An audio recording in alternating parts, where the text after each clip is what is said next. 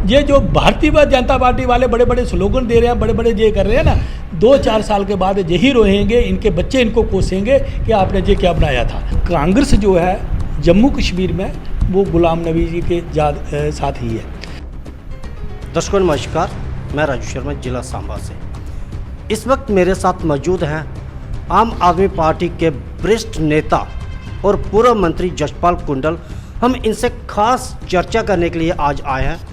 कुछ सवालों के जवाब भी इनसे लेंगे, कुछ राजनीतिक सवाल भी इनसे करेंगे। सबसे पहले तो मैं इनसे जानना चाहता हूं कि सर, जिस तरह से 25 लाख वोट जो नया जम्मू कश्मीर में बनाया जाएगा, क्या वो वोट जम्मू के लोगों का ही बनेगा या बाहरी राज्यों के लोगों, इस पर क्या कहेंगे आप?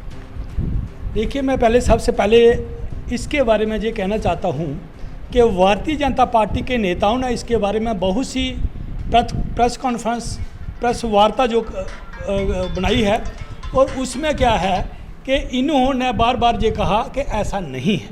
अगर ऐसा नहीं है तो उन ऑफिसरों को क्लैरिफिकेशन देनी चाहिए कि ये वोटर 25 लाख वोटर कौन है, कहाँ से आ रहे हैं और कैसे जो अपना वोट कास्ट करेंगे।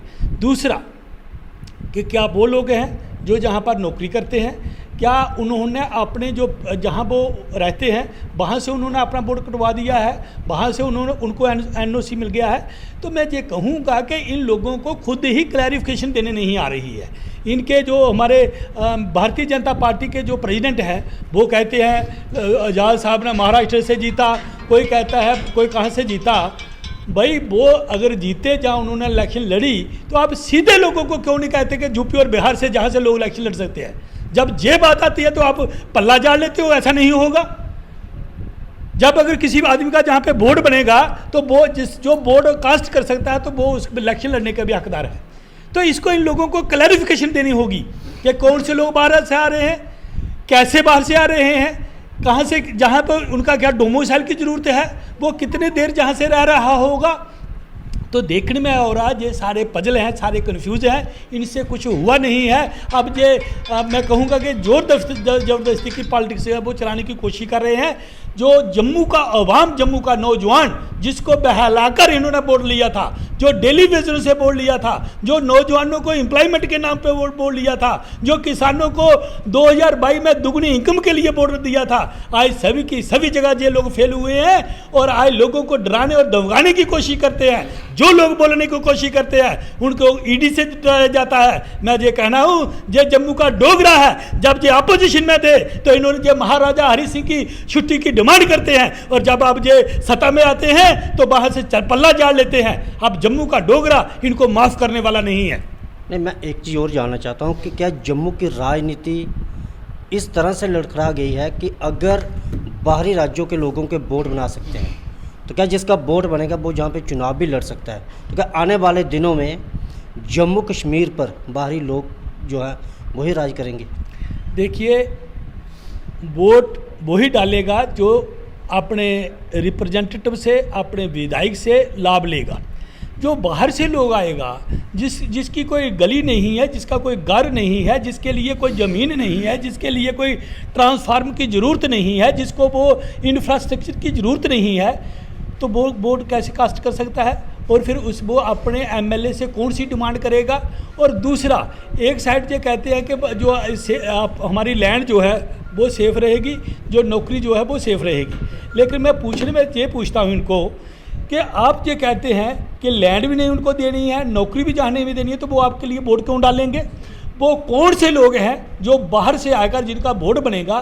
तो ये आने वाले समय में देखेंगे कैसे वो लोग आते हैं, कौन से लोग आते हैं, कैसे वोट बनाते हैं। हम ये कहते हैं कि जो हमारे रिफ्यूजी भाई हैं, जिनको हम डीपीएस कहते हैं, चाहे वो 1965 में आए, 1947 में आए, 1971 में आए, जब भी आए, वो वोटों का उनका पूरा अधिकार है। उनका वोट एमएलए का भी पड़ना चाहिए, उनका वोट एमपी का भी पड़ना चाहिए, और उनको पूरी मूलभूत सुविधा जो है वो मिलनी चाहिए। वो उनको रिफ्यूजी कहना भी अब पाप होगा। वो 70 साल से जहाँ रह रहे हैं, उनके बापे, उनके बच्चे, उनके आगे पोते पड़ोतरे जो है वो भी जहाँ के हकदार है। हम कहते हैं उन लोगों का वोट बढ़ना चाहिए। जैसे जम्मू में क्रिश्चियन लोग आए हैं उनका बोर्ड बनना चाहिए, गोरखा लोग आए हैं उनका बोर्ड बनना चाहिए, लेकिन उनसे बोर्ड बनने से मैं कहता हूँ 60,000 से ऊपर वो बोर्ड इंक्रीज नहीं होगा। नहीं, एक चीज़ मैं आपसे और जानना चाहता हूँ कि जिस तरह से अभी जो सरकार की तरफ से एक आदेश निकाला गया इलेक्शन कमीशन की जो 25 लाख वोटर बनाए जाएंगे, लेकिन क्या ये वोटर जो हैं जम्मू संभाग में ही रहेंगे या कश्मीर भी जाएंगे? ये भी एक चिंता का विषय है कि कश्मीर में आप देखते हैं कि आए दिन आतंकवादियों द्वारा खासकर जो टारगेट किलिंग की जा रही है, तो उसके डर से भी वहाँ पर जो बाहरी राज्य के लोग बहुत ही कम जा रहे हैं, लेकिन कहीं ना कहीं ये बोझ जो है ये जम्मू संभाग पे है। इसको लेकर क्या कहना? देखिए, मैं ये कहूँगा, मुझे ये लगता है कश्मीर में कोई नहीं जाएगा, जो कश्मीर में हैं वो भी भाग रहे हैं। आपने देखा होगा जो इंटर डिस्ट्रिक्ट रिक्रूटमेंट से मुलाजिम लगे थे, जो स्पेशल पीएम पैकेज जो कश्मीरी पंडितों लोग वहाँ पर एम्प्लॉय थे, वो सभी के सभी माइग्रेंट हो चुके हैं और जम्मू में बैठे हैं। आपने देखा होगा आए दिन जो हमारे मजदूर बिहार और यूपी से आए उनको गोली मारकर उनकी हत्या की जाती है, उनको घर के अंदर मारा जाता है। तो मैं देखने में ये आ रहा है कि जो बाहर से लोग आएंगे कश्मीर में कोई नहीं जाएगा, जो बसेंगे वो जम्मू में बसेंगे, जो बसेंगे वो कठुआ में, उधमपुर में, जम्मू में, और इवन दो के वो पुंछ जोरी में भी नहीं जाएंगे। अब ये समझ नहीं आती है कि भारतीय जनता पार्टी जम्मू को क्या बनाना चाहती है। देखो, महाराजा हरि सिंह का कितना विजन होगा उस वक्त के मुताबिक, उन्होंने पीआरसी बना दिया था कि हमारा जम्मू का डोगरा जो है ये बहुत ही सीधा और सच्चा है, इसलिए बाहर से लोग नहीं आने चाहिए। इनका करैक्टर में, इनका कल्चर में, इनकी लैंग्वेज में कोई फ़र्क नहीं पड़ना चाहिए। तो उन्होंने कहा था कि ना तो कोई बाहर से ज़मीन खरीद सकता है और ना ही जहाँ आकर इलेक्शन लड़ सकता है। तो वो आज क्लास इन्होंने जो ख़त्म की है, मैं कहूँगा कि उसके लिए बहुत ज़्यादा फ़र्क पड़ेगा। ये जो भारतीय जनता पार्टी वाले बड़े बड़े स्लोगन दे रहे हैं, बड़े बड़े ये कर रहे हैं ना, 2-4 साल के बाद यही रोएंगे, इनके बच्चे इनको कोसेंगे कि आपने ये क्या बनाया था। तो मैं कहता हूँ अभी भी इसको दोबारा सोचने की ज़रूरत है, इस पर मंथन करने की ज़रूरत है। और जो अधिकारियों ने इस पे लिए ये कहा है कि 25 लाख वोटर, उनको दोबारा क्लैरिफिकेशन देनी होगी, उनको क्लैरिफाई करना होगा वो कौन से लोग हैं, वो कहाँ से आएंगे और कैसे बोर्ड कास्ट करेंगे। क्या बोर्ड जहाँ 25 लाख बनेगा, क्या जहाँ वो पहले लोग रहते हैं उसका बोर्ड वहाँ से काटा जाएगा? मैं एक शॉर्टकट में एक जवाब चाहूँगा, आम आदमी पार्टी इस चीज़ को किस तरह से लेती है जो 25 लाख वोटर? देखिए, मैं पर्सनली बात कर रहा हूँ, पार्टी से मेरी अभी कोई इसके बारे में बात नहीं हुई है। तो मैं कहता हूँ जैसे हमारा यूपी में लोग रहते हैं तो यूपी में उनके वोट पड़ने चाहिए। अगर मैं 10 महीने के लिए या 2 महीने के लिए बाहर काम करने के लिए जाता हूँ तो मेरा उधर वोट नहीं होना चाहिए। अगर लोग जहाँ पर आए हैं, मैं ये भी कहता हूँ कि जो परमानेंट, चाहे वो हमारे ऑफिसर हैं, जो हमारे आईएएस ऑफिसर हैं, अगर 10-20 साल से जहाँ रह रहे हैं तो हमें कोई ऑब्जेक्शन नहीं है, उनका वोट बनना चाहिए। अगर वोट के लिए आप 25 लाख बना देंगे फिर वो चले जाएंगे वोट डालकर, ये तो मरकरी, ये तो मजाक हो गया, डेमोक्रेसी के साथ बिल्कुल खिलवाड़ हो गया, उसको हम कभी सहन नहीं करेंगे। मैं ये कहना चाहता हूँ। इसके साथ ही जिस तरह से जो सियासी समीकरण बदले जा रहे हैं, क्योंकि कांग्रेस को अलविदा कह चुके हैं आज़ाद साहब, और उनके समर्थन में काफ़ी तादाद में जो उनके समर्थक हैं, नेता हैं, एक्स मंत्री हैं, वो सब पार्टी छोड़ रहे हैं। तो क्या लगता है कि जम्मू कश्मीर के जो सियासी समीकरण हैं पूरी तरह से बदल चुके हैं? देखिए, इस पे मैं ये कहूँगा कि फ़र्क तो ज़रूर पड़ेगा, चाहे वो कश्मीर बेसिक पार्टी है या जो चनाब वैली है, उस पर ज़रूर फ़र्क पड़ेगा। और दूसरा मैं ये कहना चाहूँगा कि अब सुनने में ये आ रहा है कि 4 तारीख के बाद ये पार्टी का नाम भी अनाउंस करेंगे और पार्टी का मैनिफेस्टो भी। तो देखने में ये आ रहा है कि इसके बारे में अभी क्या कितना फ़र्क पड़ता है या नहीं पड़ता है, ये लोगों को देखा रहा है कि ये अभी देख लिया है कि कांग्रेस जो है जम्मू कश्मीर में वो गुलाम नबी जी के साथ ही है। तो आपने देखा होगा कि एक नेता के जाने से इतने लोग रिज़ाइन नहीं करते हैं पार्टी में जितना किया है। तो अब देखते हैं कि आने वाले समय में कैसे करवट समय बदलता है और कहाँ इसका नुकसान और कहाँ किसको फ़ायदा होता है, ये आने वाले समय में ही पता लगेगा। पहले इसके बारे में कुछ कहना जो है मैं समझता हूँ कि वो अभी जल्दी होगा और वक्त के साथ साथ देखते हैं कि इसका क्या फ़र्क पड़ता है। लेकिन हम ये समझते हैं कि गुलाम नबी आज़ाद एक अच्छे लीडर थे। हम जब मैं एमएलए था वो चीफ मिनिस्टर भी रहे हैं और ख़ासकर वो मैं कहता हूँ कि ज़मीन से जुड़े हुए नेता हैं। तो आने वाला वक्त देखता है इससे क्या कितना फ़र्क पड़ेगा या नहीं पड़ेगा, ये आने वाले वक्त में ही पता चलेगा। जिस तरह से आज़ाद साहब के द्वारा एक जो बयान आता है कि कहीं ना कहीं मैं प्रधानमंत्री जी को क्रूर समझता था, लेकिन वह दिल के बहुत नरम है, ये बात कहीं क्या संकेत दे रही है कि कहीं आने वाले समय में आज़ाद साहब क्या भाजपा के साथ जुड़ेंगे? देखिए, everything is possible in politics.